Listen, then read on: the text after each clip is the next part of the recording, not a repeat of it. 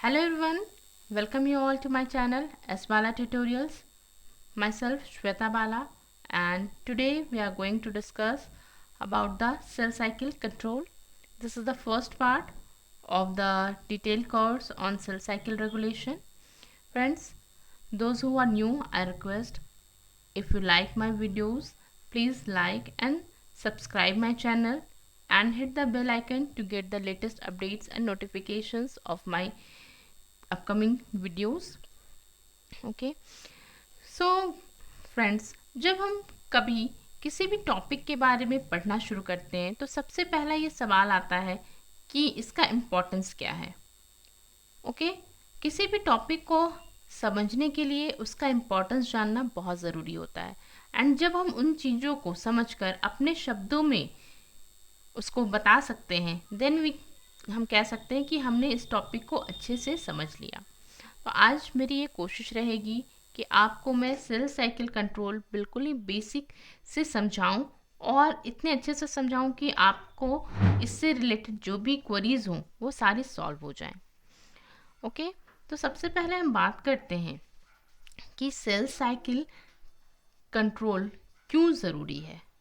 Okay, so as we all know that our body is made up of cells.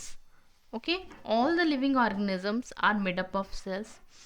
Okay, and ये sales जो हैं वो आपस में एक रेगुलेटेड वे में डिवाइड करती हैं, तभी जा कर के स्मॉल सेल से एक अडल्ट का डेवलपमेंट होता है। अगर कहीं पे भी ये सेल जो है सही से रेगुलेटेड वे में डिवीजन ना करे, सपोज इसमें दो कंडीशंस हम देख सकते हैं कि अगर सेल अनकंट्रोल्ड वे में डिवाइड कर रही है तो क्या होगा, वो एक कैंसरस ग्रोथ कॉज कर सकती है, ट्यूमर का फॉर्मेशन कर सकती है, and this is not good for us. Okay, second condition ये हो सकता है कि सेल को जहाँ डिवाइड करना हो वहाँ वो डिवाइड नहीं करके वो जो है G0 या Z0 फेज में जा कर के हॉल्ट पे चली गई हो। ओके, यानी वहाँ पे जहाँ पे सेल को डिवाइड करना था वहाँ पे सेल डिवाइड नहीं कर रहा है। देन उस केस में क्या होगा कि cell due to lack of cell division जो ऑर्गेनिज्म है वो धीरे धीरे वीक होते होते फाइनली वो क्या होगा, it lead to the death of that organism. Okay, so we all, either a unicellular organism or a multicellular organism, we all need a regulated cell cycle. Okay, so before we understanding what is the regulation of the cell cycle, first we discuss the basics of the cell cycles, that what is the cell cycle. So the cell cycle is the series of events that takes place inside the cell and it causes to divide the cell into two daughter cell. It means cell cycle क्या है, cell cycle एक regulated series of event है जिसके वजह से क्या होता है, फाइनली सेल जो होता है वो टू डॉटर सेल्स में डिवाइड हो जाता है। ठीक है, एंड ये सीरीज ऑफ इवेंट जो होते हैं इसको हम 4 फेजेस में डिवाइड करते हैं। First is G1 phase, G1 phase or gap 1 phase, or we can say that the growth phase. In that phase cell grows itself, वो अपने जो साइटोप्लाज्मिक मटेरियल है एंड जितने भी इम्पॉर्टेंट प्रोटीन्स हैं जो कि सेल को डिवाइड करने के लिए आगे ज़रूरत पड़ने वाली है उन सभी का यहाँ पे सिंथेसिस करवाता है। This is the preparatory phase.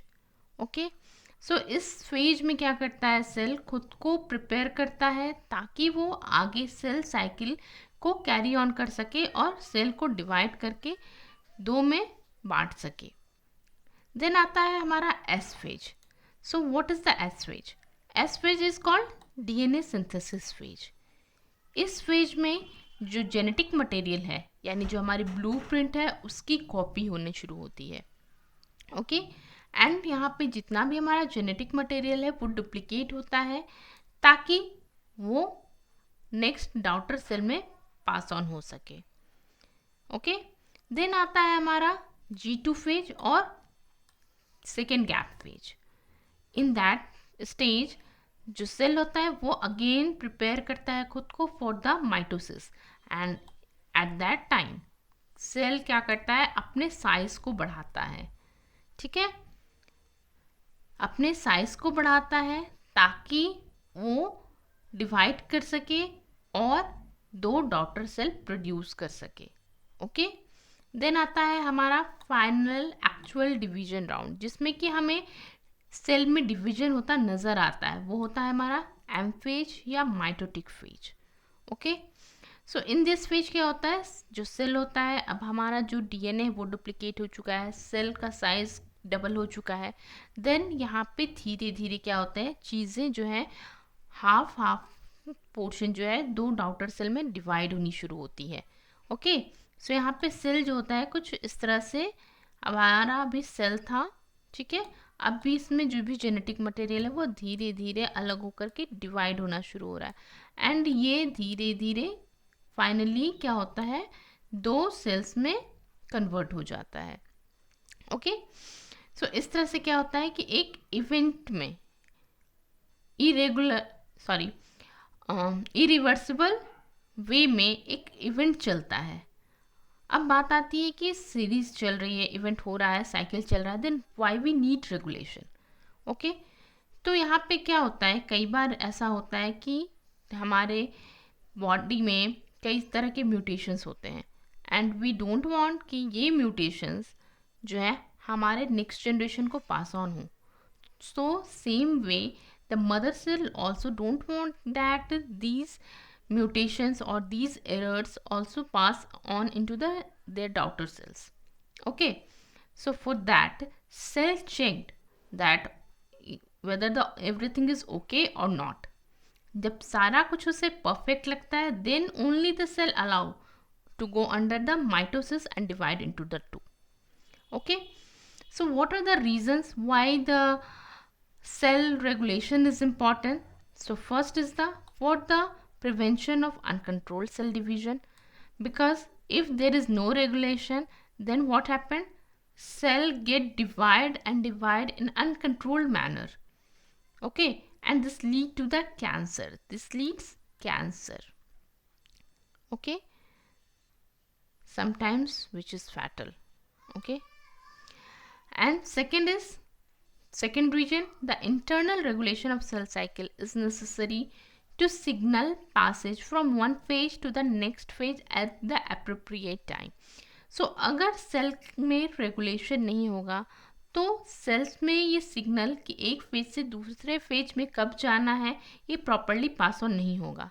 Then as a result क्या हो सकता है कि सेल या तो बहुत तेज़ी से डिवाइड करे या फिर वो बहुत स्लो डिवाइड करे। ठीक है, अगर सेल स्लो डिवाइड करेगा देन क्या हो जाएगा, जो ह्यूमन या जो भी ऑर्गेनिज्म है उसका ग्रोथ क्या होगा, वो स्टंट हो जाएगा, वो रुक जाएगा। ठीक है, so for the proper growth we need the division at the appropriate time, यानी जब ज़रूरत है तब सेल को एक से दो होना है, नहीं तो ऐसे में क्या होगा कि ऑर्गेनिज्म का जो फंक्शन है, जितने भी बॉडी के फंक्शन से वो प्रॉपरली नहीं हो पाएंगे। ठीक है, third reason is that this regulation is not achieved through the strict time constraint but rather with the feedback from the cell. And third important चीज़ क्या होती है कि ये जो सेल साइकिल का रेगुलेशन होता है ये फिक्स टाइम पे डिपेंड नहीं होता है। इट डजेंट मैटर कि कितना टाइम हुआ है, कि 20 मिनट्स में G1 ख़त्म हो जाना है, 30 मिनट्स में G2 ख़त्म हो जाना, ऐसा नहीं होता है। ठीक है, ये डिपेंड करता है कि एक फेज से किस तरह का फीडबैक आ रहा है। At the basis of that feedback the cell enters into the next phase. Okay, so इसको कंट्रोल करने के लिए कई रेगुलेटर्स हैं हमारे बॉडी के अंदर। ठीक है, सो सेल साइकिल को रेगुलेट करने के लिए बेसिकली हम लोग अगर क्लासिफाई करें तो दो तरह के सिग्नल्स होते हैं, पहला एक्स्ट्रा सेलुलर सिग्नल और दूसरा intra cellular signals. Okay, so both the extracellular signals as well as the intracellular signals दोनों ही मिलकर के कोऑर्डिनेट वे में ये मॉनिटर करते हैं कि सेल में जो वेरियस प्रोसेस हो रहे हैं during the different cell cycle phases वो सही से हों। ओके, एक्स्ट्रा सेलुलर सिग्नल्स में आप कह सकते हैं जैसे लोअर ऑर्गेनिज्म के केस में आप देखें प्रोकैरियोट्स के केस में देखें, बैक्टीरिया के केस में देखें, तो एक्स्ट्रा सेलुलर सिग्नल में न्यूट्रिएंट काफ़ी इंपॉर्टेंट रोल प्ले करता है। न्यूट्रिएंट की क्या अवेलेबिलिटी है वो डिसाइड करती है कि सेल फर्दर ग्रो करेगा या नहीं करेगा। ठीक है। Second is the cell size. Different growth factors are also responsible for the cell proliferation. Internal signals में अगर हम बात करें तो इंटरनल सिग्नल्स के तौर पे आप डिफरेंट चेक पॉइंट्स होते हैं सेल के अंदर, मैचुरेशन प्रमोटिंग फैक्टर्स होते हैं, डिफरेंट काइनेस प्रोटीन्स होती हैं, एंड ये सारे एक दूसरे के साथ कोऑर्डिनेटेड वे में काम करते हैं ताकि सेल को सही से रेगुलेट कर सकें एंड साइकिल को प्रॉपरली चला सकें। सो एक्स्ट्रा सेलुलर सिग्नल जो हैं वो जनरली वैसे मॉलिक्यूल्स होते हैं जो कि या तो सॉल्युबल सिक्रेटेड प्रोटीन्स होते हैं या फिर सरफेस बाउंड प्रोटीन या सम अदर कंपोनेंट होते हैं एक्स्ट्रा सेलुलर मैट्रिक्स के, जो कि सेल को सिग्नल भेजते हैं या उसके साइकिल को रेगुलेट करने का काम करते हैं। Okay, so extra cellular signals are basically present in the form of mitogens. Okay, mitogens, not see here, mitogens होते हैं जो कि नेबरिंग सेल्स से उनको मिलते हैं। ठीक है। So these mitogen stimulate the cell that it is the time you have to divide. Okay, so वो टाइम वो सिग्नल्स भेजते हैं कि अब टाइम हो गया, आप डिवाइड करो। सो सबसे पहला माइटोजेन जो कि आइडेंटिफाई किया गया वो था प्लेटलेट डिराइव्ड ग्रोथ फैक्टर और PGDF। ओके, इसके अलावा माइटोजेंस के अलावा भी कई सारे ग्रोथ ट्रांसफॉर्मिंग फैक्टर्स होते हैं लाइक TGF बीटा। ये भी जो है सेल के रेगुलेशन में, सेल साइकिल को रेगुलेट करने में इम्पॉर्टेंट रोल प्ले करता है। इसके कंसंट्रेशन पे डिपेंड करता है कि जो सेल है वो प्रोलिफरेट करेगा या फिर सेल का प्रोलिफरेशन इनहिबिट होगा। ओके, सेल इसके स्टिमुलेशन से ही डिपेंड होगा कि सेल अभी डिवाइड करेगा या फिर अभी नहीं करेगा। सेकेंड होता है हमारा internal signals. So internal signals regulate the cell cycle through different checkpoints and regulatory materials. Internal signals में क्या आते हैं, different checkpoints आते हैं and regulatory material आते हैं। Regulatory materials और molecules में हम cyclins and different CDKs के बारे में बात करेंगे। So इसके बारे में हम आगे नेक्स्ट वीडियो में डिस्कस करेंगे। ठीक है। So at the different phases of the cell cycle, different cyclins and different CDKs मौजूद होते हैं जिनके की एक्टिवेशन एंड डीएक्टिवेशन की वजह से सेल को डिफरेंट सिग्नल्स मिलते हैं एंड उसके वजह से सेल एक फेज से दूसरे फेज में पास ऑन होता है।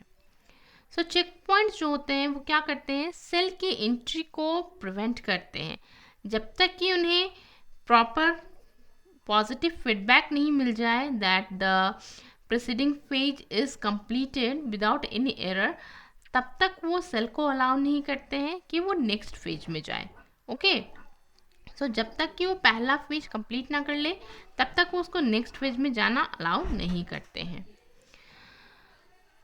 सबसे पहले हम बात करते हैं सेल साइकिल चेक पॉइंट्स के बारे में। सो सेल साइकिल चेक पॉइंट्स का मतलब जैसे आप कह सकते हैं नाकेबंदी होती है ना, ठीक उसी तरह से सेल में भी नाकेबंदी की जाती है। सो ये किस तरह से होता है ये देखते हैं। So check point is the stage in the eukaryotic cell cycle at which the cell examines the internal as well as the external cues and decide whether or not to move forward with the division. So यहाँ पे क्या होता है, इन check points पे cell जो है internal के साथ साथ एक्सटर्नल क्यूज को देखता है एंड उसके बेसिस पे वो डिसाइड करता है कि सेल आगे डिवाइड करेगा या नहीं करेगा। Okay, so in our cell there are number of checkpoints but the 3 checkpoints are the most important.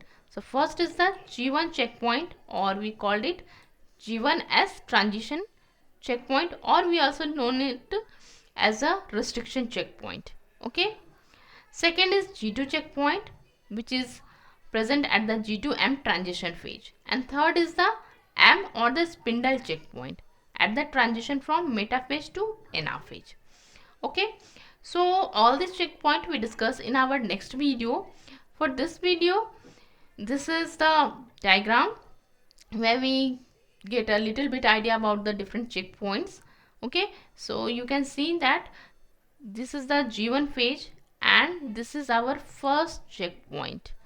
Okay, this is called start checkpoint or restriction checkpoint also. This is also known as start checkpoint, because this checkpoint is the first checkpoint which allows the cell to undergo the cell cycle. Okay, but it doesn't mean that it crosses, if it crosses the first checkpoint, then it must be undergo the cell division. After that there are two more checkpoints. The second checkpoint is the G2 checkpoint, which is present at the transition at G2 to M phase, where the cell get again checked that whether the DNA is completely synthesized, it completely get doubled or not, and if this is okay, then it undergo the mitosis. Then the third checkpoint, that is the M checkpoint, comes, where the cell get checked that all the things is properly divided into two daughter cells or not. Okay, so this is the basic of the checkpoints. In our next video we discuss all the checkpoints in detail. So stay tuned and keep watching. Thanks for watching my video. For the more information and query, you can also join me on Telegram. My channel name is Life Science Tutorials. Okay, so thank you for watching, and again I request, please subscribe my YouTube channel S Bala Tutorials. Thank you. Bye bye.